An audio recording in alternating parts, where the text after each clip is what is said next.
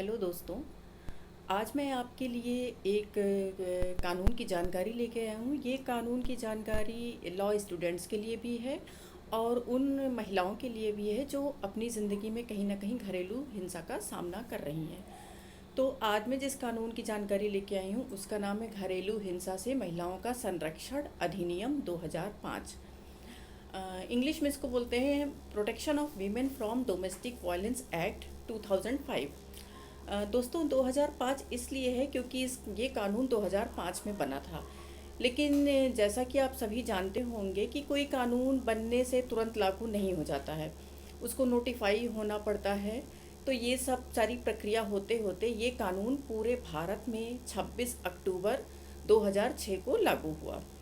तो मैं इस कानून की कुछ खासियत आपको ज़रूर बताना चाहती हूँ, क्योंकि इस कानून से पहले अभी तक की हमारे पास महिलाओं के साथ होने वाली घरेलू हिंसा के लिए कोई कानून नहीं था।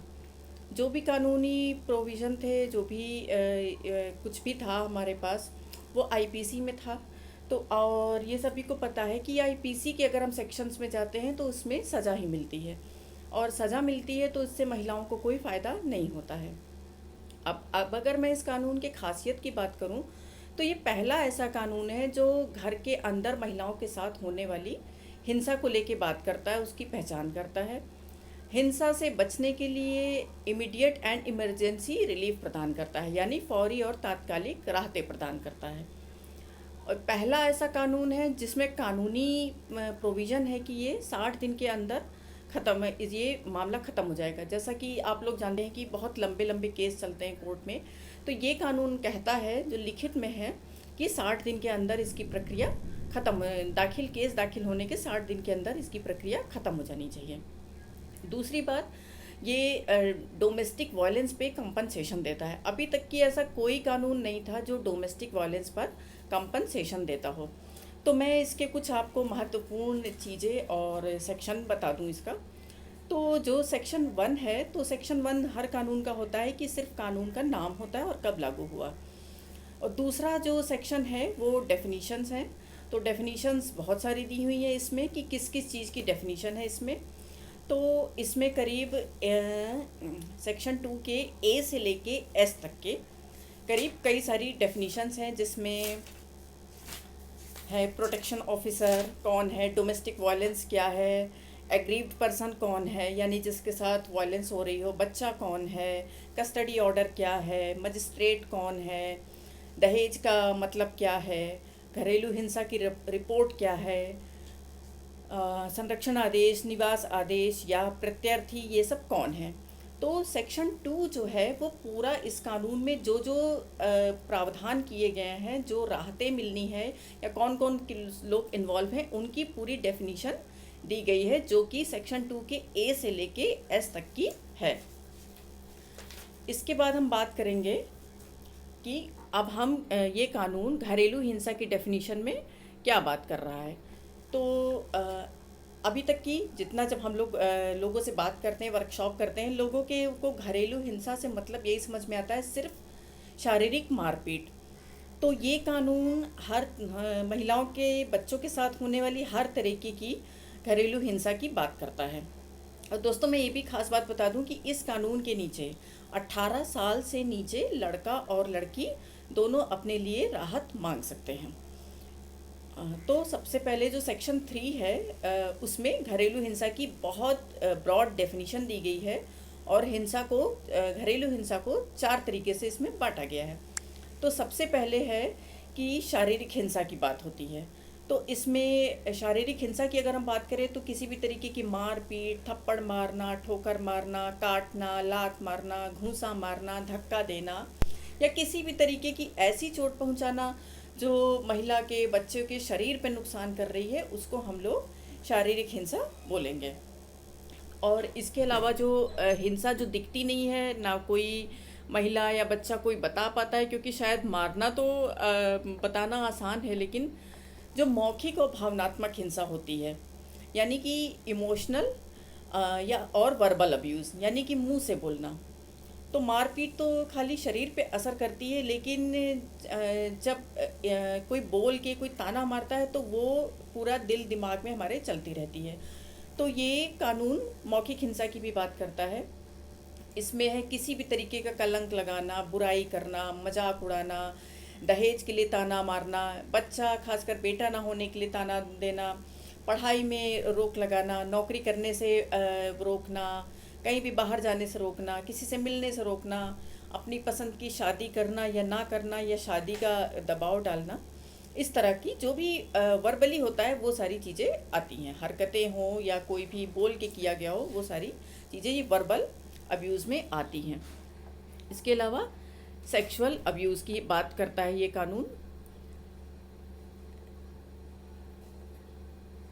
जिसमें कि अपनी पत्नी का, अपने घर की महिला का कोई भी ऐसा इस्तेमाल करना, सेक्सुअल नेचर हो जिसका, जैसे कि महिला का उपयोग दूसरों के मनोरंजन के लिए करना, पोर्नोग्राफी दिखाना या देखने के लिए मजबूर करना, या किसी भी तरीके का जो है सेक्सुअल नेचर का दुर्व्यवहार करना, वो इसके नीचे डोमेस्टिक वायलेंस एक्ट के नीचे आता है। काफ़ी इसकी सेक्शन 3 में डेफिनीशन दी गई है।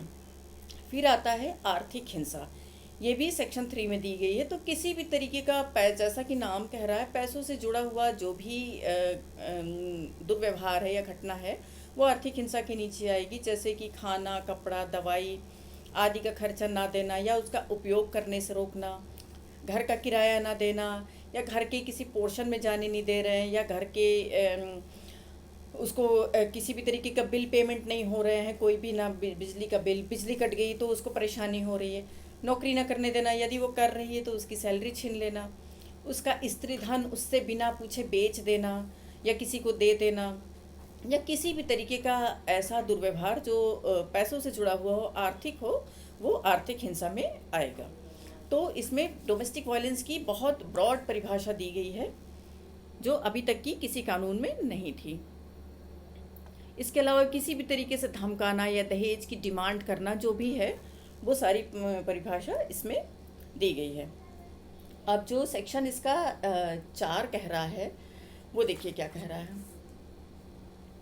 जो सेक्शन 4 है वो बताता है कि संरक्षण अधिकारी, सेवा प्रदाता की शक्ति क्या है, उनके ड्यूटीज़ क्या हैं, उस बारे में पूरी बात करता है। क्योंकि कौन जो है, उनकी क्या पावर है, उनकी क्या ड्यूटीज़ होनी चाहिए, इसकी बात पूरा सेक्शन 4 करता है। मैं एक और आपको ख़ास बात बता दूं कि इस कानून में हमको थाने नहीं जाना पड़ेगा, क्योंकि महिलाओं को बहुत डर होता है कि हमें थाने जाके शिकायत करनी पड़ेगी, या जो है थाने पे हमसे कैसे कैसे सवाल करे जाएंगे। तो ये इसमें थाने जाने की ज़रूरत नहीं है। इसमें एक नए अधिकारी को इंट्रोड्यूस किया गया है, प्रोटेक्शन ऑफिसर, जो अभी कई जगह पे नियुक्त नहीं हुए हैं, और जो प्रोबेशन अधिकारी हैं उन्हीं के पास इसका एडिशनल चार्ज है, जो कि ये कानून को देख रहे हैं और इसके क्रियान्वयन में अहम भूमिका निभा रहे हैं। लगभग अभी जितना मेरी जानकारी, लगभग सभी ज़िलों के जो जिला अधिकारी हैं, जिला अधिकारी कार्यालय है, वहाँ पे ये परिवीक्षा अधिकारी बैठते हैं और ये एक्ट को लेके वही देखते हैं। तो अब इसमें जो है, जो केस होगा, उसमें हमें ये देखना है कि केस वही लोग कर सकते हैं जो घरेलू नातेदारी हो इनकी, यानी डोमेस्टिक रिलेशनशिप हो। तो वो रिलेशनशिप कैसी होगी, जैसे आप संयुक्त परिवार के नाते से रह रहे हों, शादीशुदा रिश्ता हो या शादी के समान रिश्ता हो। और ये भी मैं बता दूं कि अभी तक की कोई कानून ऐसा नहीं था जो लिविंग रिलेशनशिप में रह रही महिला की सुरक्षा की बात करता था। तो ये कानून उस महिला को भी कवर करता है। या कोई गोद लिया रिश्ता हो, ऐसे यही सब लोग एक साथ साझी गृहस्थी में रह रहे हों। अब साझी गृहस्थी क्या है? साझी गृहस्थी जैसे कि कोई एक प्रीमाइसिस है, वहाँ पे दोनों हस्बैंड वाइफ रह रहे हों, या वहाँ के किराएदार हों, या जो जिसने उसके साथ डोमेस्टिक वायलेंस करी हो उसके संयुक्त परिवार के होने के नाते से रह रहे हों। अच्छा, अब इस कानून में जो मैंने भी बताया कि सेक्शन 2 में सारी डेफिनीशन है, तो उसमें जो पीड़ित है वो कौन कौन हो सकता है। तो इसमें याद रखिएगा, पीड़ित सिर्फ महिला होंगी, और 18 साल से नीचे का बच्चा, वो लड़का और लड़की दोनों हो सकते हैं, जैसे माँ, बहन, बेटी, पत्नी, दूसरी पत्नी, या कोई भी औरत जिसके, जैसे भी मैंने बताया, लिविंग रिलेशनशिप में रहने वाली महिला या लड़की, या कोई भी बच्चा। अब आरोपी कौन है?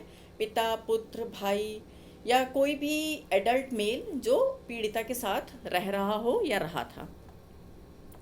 तो ये चीज़ हमें ध्यान रखनी है कि ये केस उन्हीं के ऊपर लागू हो सकता है जो आपकी घरेलू नातेदारी हो, आप लोग कभी ना कभी साझी गृहस्थी में रहे हों एक साथ, तभी आप कर सकते हैं। ठीक है।